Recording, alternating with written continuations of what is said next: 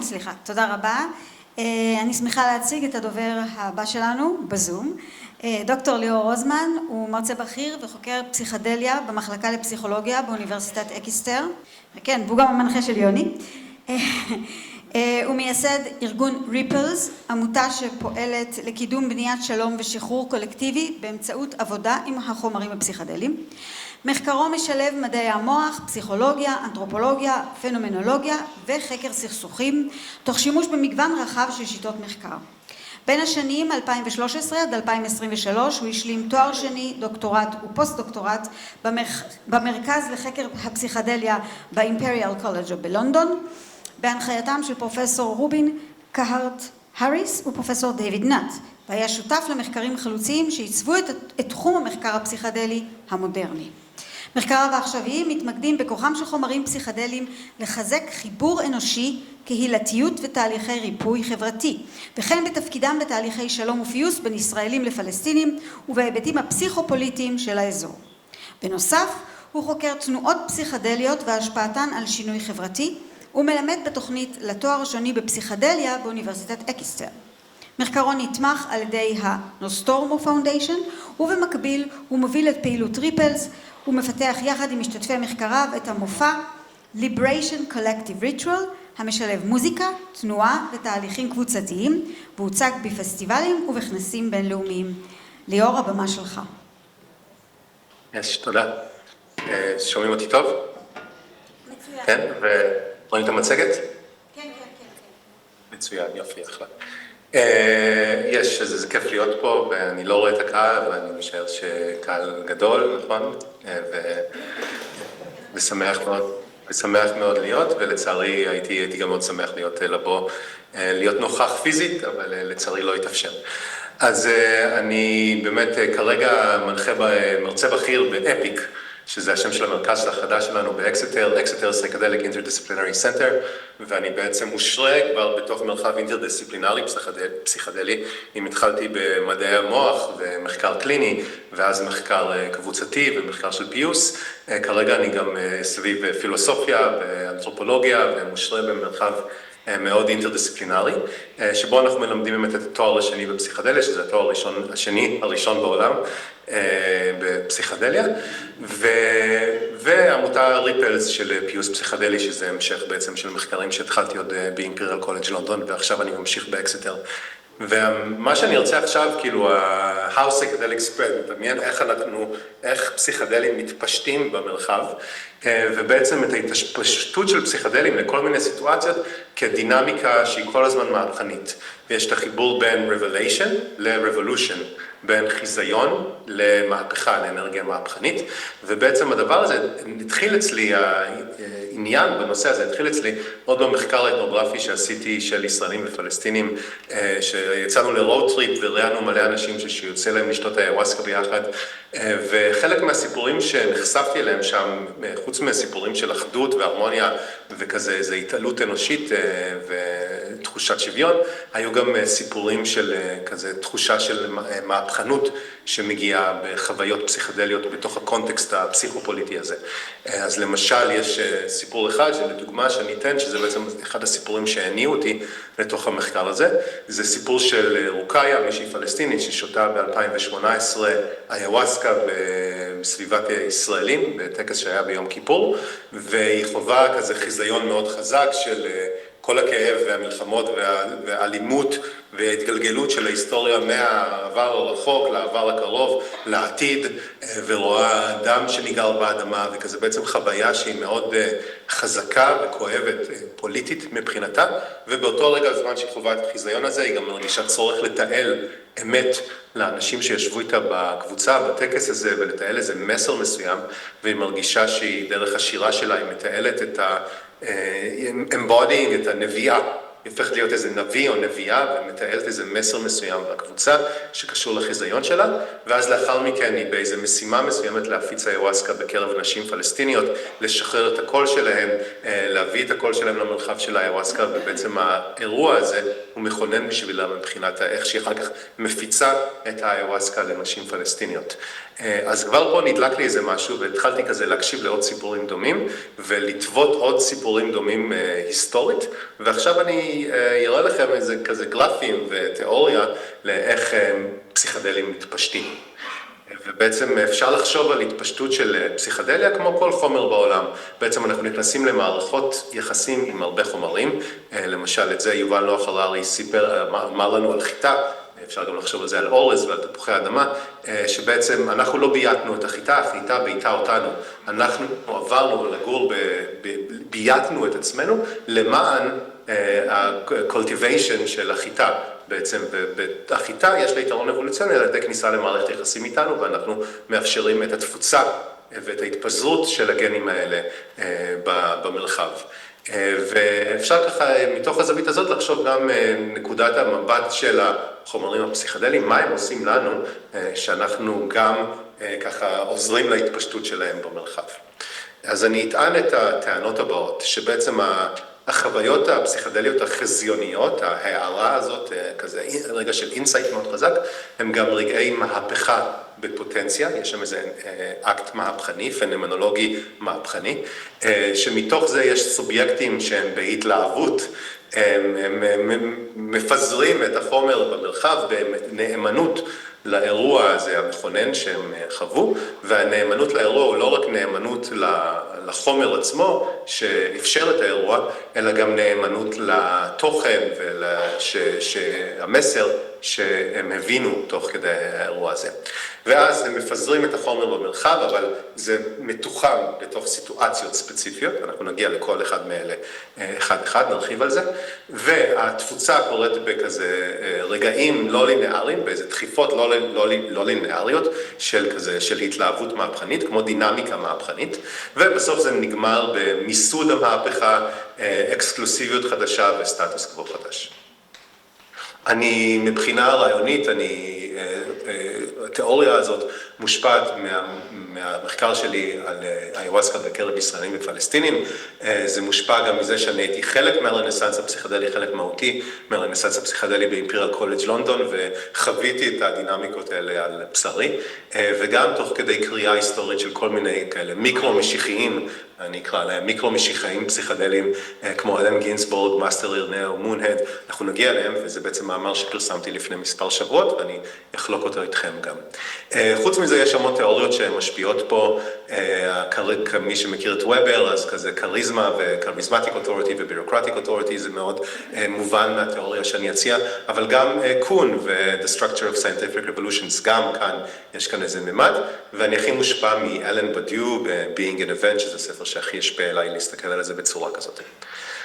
אז אני הולך לחלוק איתכם הרבה כאלה גרפים שמתארים את ההתפשטות של פסיכדליה. יש פה בתוך הגרפים האלה יש כל מיני מרכיבים. יש את החומר, כן, ויש את הסיטואציה. אנחנו בני אדם, אנחנו כל הזמן בסיטואציות, יש המון סיטואציות ואנחנו חלק מהמון סיטואציות, ואני אטען שההתפשטות היא מוגבלת לסיטואציות. בתוך הסיטואציות יש סובייקטים, והסיטואציות מורכבות ממבנה מסוים. ולמבנה הזה יש שפה, יש מימס מסוימים, יש רעיונות, יש פרקטיסים, יש טכנולוגיות, יש דתיות מסוימת, יש מבנים חברתיים, יש אורתודוקסיות, כן? כל זה מה שבונה את הסיטואציה ומשפיע על הסיטואציה. אז למשל, סיטואציה יכולה להיות אמריקה במאה ה-20, ממש שנות ה-50, אולי אחרי סוף מלחמת העולם השנייה, קצת לפני שנות ה-60, רגע לפני איזו התפרצות, יש את האמזונס שחווה את הבום הגומי, הרבר בום באמזונס, ששם מתחיל להתפשט הסנטו דיימי, ויש פסיכיאטריה במאה ה-21 שהיא גם במשבר מסוים ומחפשת תרופות חדשות, ואלה כל מיני סיטואציות כאלה גדולות היסטוריות, אבל סיטואציה זה גם שבט, מעבדה, קבוצת חברים, ז'אנר מוזיקלי, כל זה אלה הם סיטואציות, כן? ואני אגיד כבר שסיטואציה שהיא במשבר, מסוים, שיש קרייס מסוים, בין אם זה משבר מדעי תיאורטי לבין אם זה משבר פוליטי. משבר הוא אחד המנועים המשמעותיים לתפוצה של פסיכדליה, כי שם זה מתחיל, זה יותר פשוט להפיץ את זה ברגעי משבר. ואז בתוך הסיטואציה יש רגע של הערה, וזה ברור לכל מי שפסיכדליה וככה מתעניין בפנומנולוגיה, שהפנומנולוגיה של פסיכדליה היא מאוד פנומנולוגיה של אינסייט. יש הערה, אפיפני כזה, אינסייט, יוריקה מומנט, רגע של breakthrough, כן? המון כאלה רגעים של התפרצות והתלהבות שנובעת מהם. זה אפשר גם לחשוב על התאהבות כרגע כזה, אפשר אפילו לחשוב על טראומה כאירוע כזה. בעצם אירועים שכרגע מניעים משהו בבן אדם. מישהי אוכלת את החומר או consuming את הסאבסטנס בצורה מסוימת, ויש פתאום רגע הערה. ובעקבות ההערה הזאת מתחיל, זה מניעה תהליך מסוים. והתהליך, ומה שהייתי רוצה לעשות כזה, לשים את תשומת לב שלנו על איזו תחושה מסוימת, ואני פה לווה את זה מבדיו, התחושה הזאת של פידליטי, של נאמנות לאירוע. בעצם כל אירוע מכונן מוביל אחריו לנאמנות לאירוע. למשל, יש אירוע מכונן באינסייט מדעי, שמוביל אחריו פידליטי, שהוא בעצם בנייה והכנסה של אינסייט לתוך התיאוריות הקיימות ושינוי התיאוריות כדי שיתאימו לרגע המכונן הזה. יש גם רגעים של התלקחות פוליטית ומהפכות פוליטיות שאחר כך עוברות איזו טרנספורמציה כדי להיכנס לתוך המערכת. יש את הרגעים של התאהבות שאחר כך אנחנו ממסדים אותם לכדי ניסויים. אז התאהבות זה רגע מהפכני שאחר כך מתממסד לאט לאט. ובעצם התהליך הזה של פידליטי, של רגע של מהפכה, שדרכו אנחנו מתלהבים, ודבר ראשון שאנחנו עושים זה מאכילים אחרים בחומר, כן, כאילו במי שלידינו, אבל כדי לעשות את זה בצורה יעילה, אנחנו צריכים גם להשתמש בשפה ובמבנה של הסיטואציה. וזה דבר החשוב שאני רוצה להגיד לגבי פידליטי. פידליטי זה התהליך שהוא גם תהליך איטי של כזה inquiry וניסיונות וכישלונות, שבעצם אנחנו לוקחים את החומר ומחברים אותו למבנה, והחומר רוכב על בסיס המבנה של הסיטואציה כדי להתפשט בסיטואציה, בעצם איזה היטשהייקינג כזה על בסיס המבנה. המבנה זה יכול להיות למשל במדיקליזציה, המבנה הוא המבנה של פסיכיאטריה, ו-FDA, ו-regulation, ותרופות, ופארמה, וכל זה, זה המבנה, ואז יש שפה מסוימת שמתכתבת עם זה, אבל המבנה יכול להיות גם באמזונס, בתוך נצרות, בתחילת הסאטל דיילי. אז בעצם זאת ההבניה שאנחנו עושים. בתוך הרגעים האלה של פידליטי, יש את האנשים האלה שהם גם יכולים, יש להם כוחות הפצה רחבים, אלה הסופר ספרדרס, ודוגמה אחת הם אומנים הם כמו איזה אנטנה של התרבות, בעצם הם יודעים לספוג ולהפיץ, ודרך האנטנה הזאת יש להם יכולות תפוצה רחבים, הם יודעים לחבר טוב את החומר עם המבנה, ומתוך האומנים יש קבוצה מסוימת משמעותית שיש לה יכולות טובים של שפה. שולטים מאוד בשפה, שולטים מאוד בשפה של המבנה.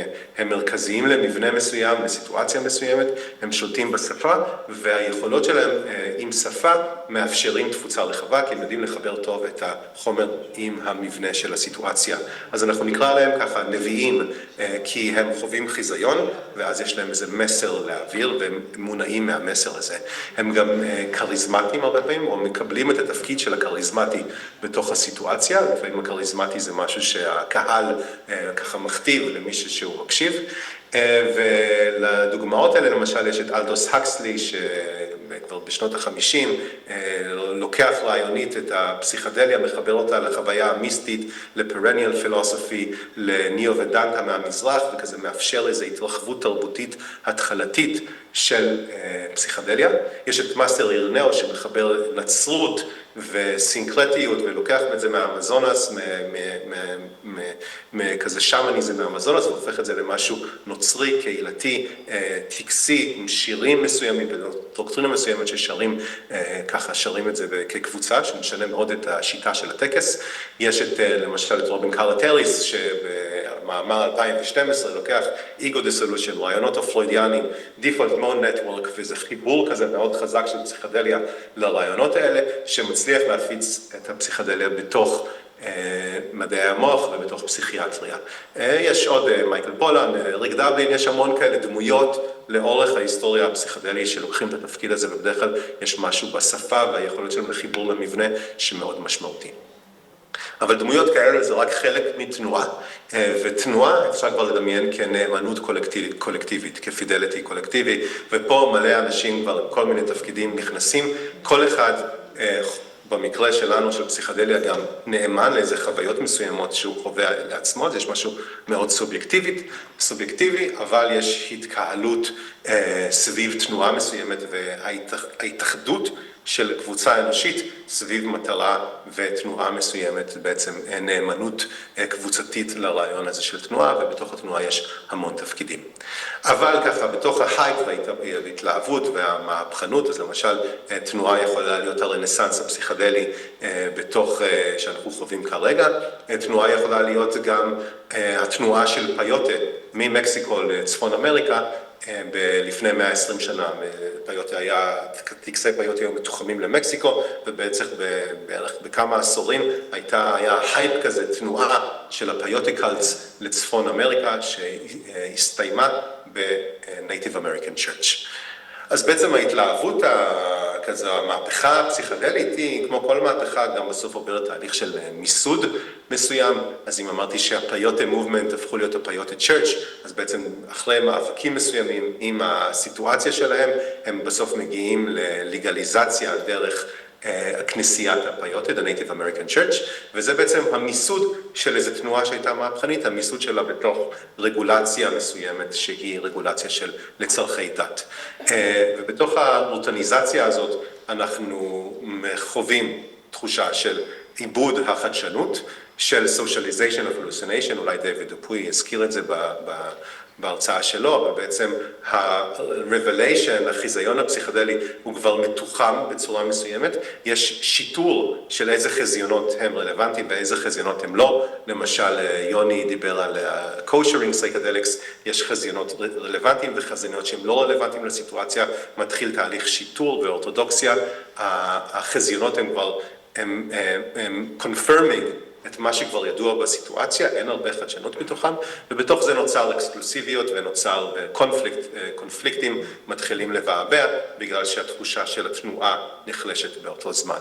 אז גם הכריזמה של התנועה נחלשת, ובעצם המצב הקיצוני של מיסוד זה פטישיזציה, שזה החיבור האינטנסיבי מדי של החומר לתוך המבנה, ובעצם איזה איחוד אינטנסיבי של החומר מהמבנה, שיוצר אקסקלוסיביות לאיך אפשר להשתמש בחומר, ומה מותר לעשות עם החומר ומה אסור.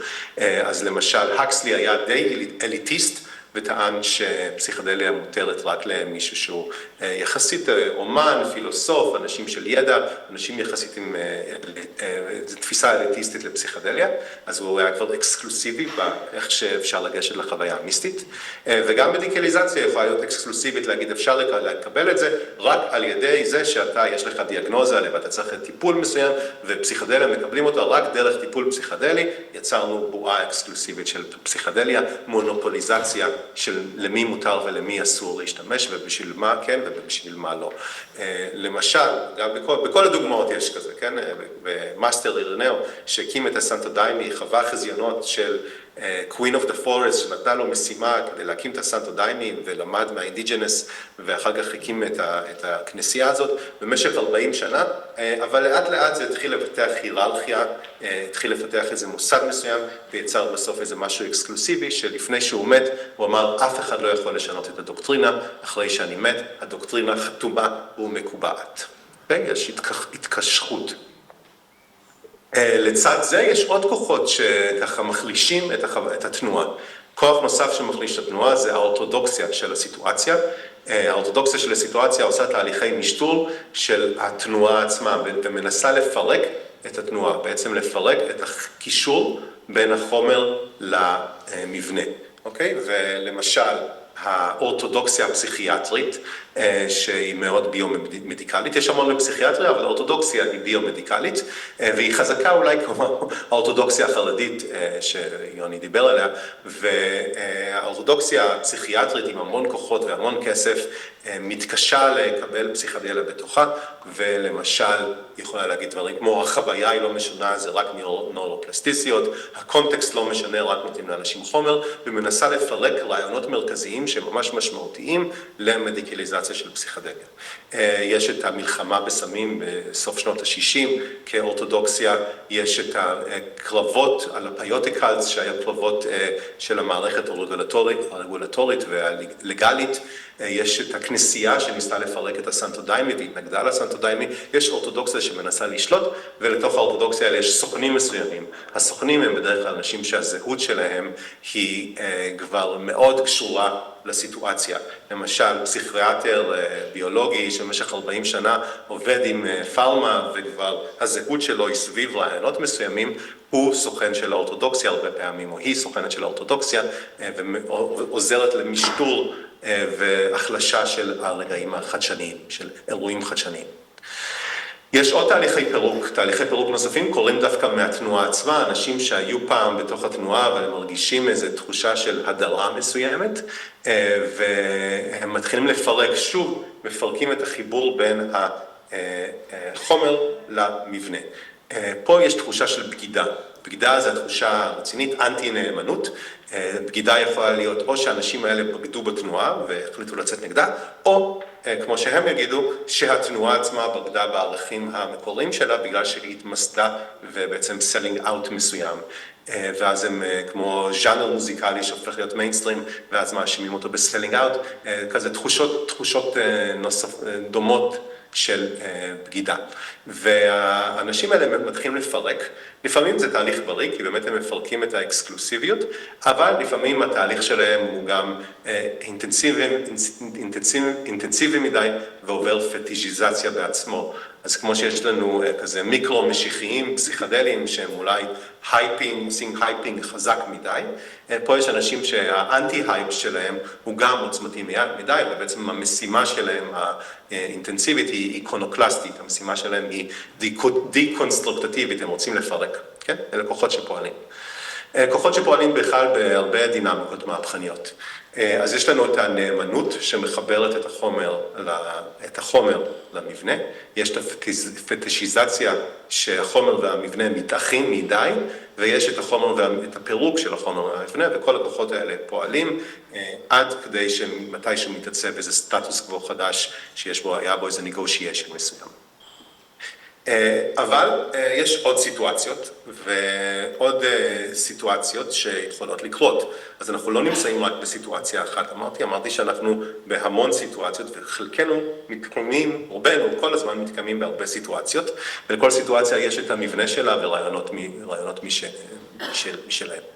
אז פה אנחנו כבר רואים משהו שהולך לקרות, מעניין, מרגש. המהפכה כבר ירדה, החומר נמצא בסיטואציה הירוקה, חלק מהסטטוס קוו החדש, אבל יש את כל הסיטואציה העבודה הזאת שבו החומר עוד לא הגיע אליו. ויש לנו פה נביאה לימינלית, היא נמצאת בשתי הסיטואציות, והיא חובה חיזיון, הרבה פעמים החיזיון שלה קשור בכלל לסיטואציה הזאת, ולכן המשימה שלה יהיה להניע את החומר מהסיטואציה הירוקה לסיטואציה העבודה, והמהלך הזה הוא סינקרטי, הוא סוחב איתו את המבנה הקודם ומעביר אותו לסיטואציה ומבנה חדש. ובעצם פה ההתרגשות צפה מחדש, הנביאה, הכריזמה שוב עולה אחרי שהיה איזו ירידה, פתאום זה צץ למקום אחר, מתפרץ למקום אחר, ויש לה, אפשר להסתכל על הנביאים של התהליכים האלה כנביאים לימינליים. אלן גינסבורג הפיץ את הפסיכדליה, יצא מהאקסקלוסיביות של האקדמיה ועזר להפיצה שלה מחוץ לאקדמיה בשנות ה-60. קן קיזי גנב LSD ניסויים שהוא השתתף בהם כניסויים גם בשנות ה-50 וה-60, השתתף בניסויים, וביחד עם המרי פלנקסטר גנבו את ה-LSD והתחילו לייצר את הפסיכדליה הקליפורנית. מאסטר אירנאו שחרר את הפסיכדליה מהאינדיג'נס באמזונס ויצר נצרות פסיכדלית אחרי התקשרות של 40 שנה, פדרינו סבסטיאו שחרר את הפסיכדליה מהסנטו דיימי המקורי ועשה אוניברסליזציה לסנטו דיימי ושחרר את הסנטו דיימי לעוד מקומות. מון-הד עשה שחרור של פיוטה ממקסיקו לצפון אמריקה, ממרכז אמריקה לצפון אמריקה. רוקאיה שחררה פסיכדליה מהאחיזה של הטקסים הישראלים לטקסים פלסטינים, ויש שם איזו תנועה מסוימת מאוד חזקה של שחרור שקורית בזה. והדבר הזה קורה כל הזמן, אני טוען שפסיכדליה עושים את זה כל הזמן. אז כל הזמן יש מהפכות שהן סינקרטיות, הן סוחבות את המבנה האחר למבנה חדש, בזמן שהמבנה הישן נמצא באיזה נוסטלגיה, או הימים האלה שבהם אנחנו היינו המהפכה, ככה הם חווים את הנוסטלגיה הזאת, ובעצם מתקשחים ונהיים איזה, נייצרת אקסקלוסיביות, בזמן שהחומר כבר נמצא במקום אחר ועבר אוניברסליזציה. הדברים האלה יכולים לקרות גם בהתפרצויות קטנות כאלה, וואסקה לחרדים, וואסקה ביפן, וואסקה בזה, מעבדות שמתפרקות לכל מיני שיטות טיפול כאלה מגוונות, שמתאימות לכל מיני סיטואציות, כן, זה מהפכות קטנות כאלה, שחרורים קטנים, והדבר הזה קורה כל הזמן. אז הדבר הזה הוא עד אינסוף הטענה שלי, ככה הפסיכדלים מתפשטים, יש הערה, יש נאמנות ותנועה, ואז יש בסוף מיסוד של זה, deconstruction, פירוק, ועד שנוצר שחרור חדש עם מהפכה, וכזה הדבר הקודם נשאר בנוסטלגיה, והמהפכה כל הזמן תעבור מהפכה, כן? זאת הטענה שלי. ואתם שואלים, אני פה מתחיל לסגור את ההרצאה, כן? אתם שואלים, אז מה? כל דבר בעולם מתפשט ככה. כן, טכנולוגיה, אייפון, בום, כך עכשיו זה אצל כולם. ChatGPT מגיע לעולם, תוך שנייה זה מתפרץ, וההתפרצות היא לא לינארית. התאהבות, וממסדים את זה לניסויים, כן? אירוע מדעי, והוא מתממסד לתוך תיאוריה מדעית שהופכת להיות סטטוס קוו חדש. רעיונות פוליטיים הופכים להיות חלק מסטטוס קוו חדש אחרי רגעי מהפכה. כל דבר הוא ככה, ואני אטען שבדיוק אנחנו בני האדם, אנחנו יצורים, חיות מהפכניות, שכל הזמן רוצות לחוות מהפכה ומשתוקקות למהפכה, בעיקר ברגעי משבר, ובעצם זה משהו מאוד חזק מלהיות אנושי, ופסיכדליה מתחברת למכניזם of action המהפכני הזה שלנו, ובעצם מפעילה אותנו בצורה כזאת, וזה הדרך של הפסיכדליה להתפשט למרחב. זה המנגנון שמפעילים אצלנו כדי להתפשט במרחב, וזה קורה אין סוף. לכן מאוד קשה לייצר אורתודוקסיה פסיכדלית, מאוד קשה למסד פסיכדליה, כי הפסיכדלים כל הזמן יוצרים אפיפניז ואינסייט שהם בסופו של דבר סובייקטיביים, מושפעים מהקולקטיב, אבל נחווים כסובייקטיביים, ולכן יש כל הזמן שבירות וסקיזם. בעצם כולם יכולים להיות נביאים, קריזמה היא משהו שנמצא במרחב ורחב אצל כולם, ולכולם יש access לקריזמה ונבואה, ולכן מאוד קשה למסד ולייצר אורתודוקסיה בתוך הפסיכדליה. אז אם אתם רוצים לקרוא עוד, לעשות זומינג לאירועים היסטוריים, אז יש את המאמר הזה שפרסמתי לפני שבועיים בערך. אני מתאר את אלן גינסבורג, את מון-הד לפיוטה, אלן גינסבורג שנות ה-60, מון-הד לתנועה של פיוטה, מאסטר אירנאו לסנטו דיימי, ועוד המון דמויות נוספות, ככה, אבל עושה זומינג ספציפית לשלושתם מבחינה היסטורית, ומתאר את הדינמיקות האלה לעומק דרך הסיפורים שלהם. זה הרפרנסינג שלי, יש כאן כל מיני תיאוריות, יש כל מיני דוגמאות היסטוריות, יש כל מיני שיחות עם אנשים, עם עידו בקהל, גם היה לי הרבה שיחות איתו על זה, וזה עזר והשפיע.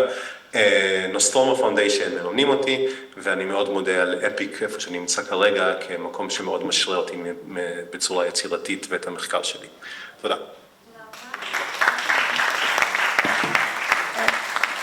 יש לנו זמן לשאלה אחת מהקהל, אז יש שאלה למישהו?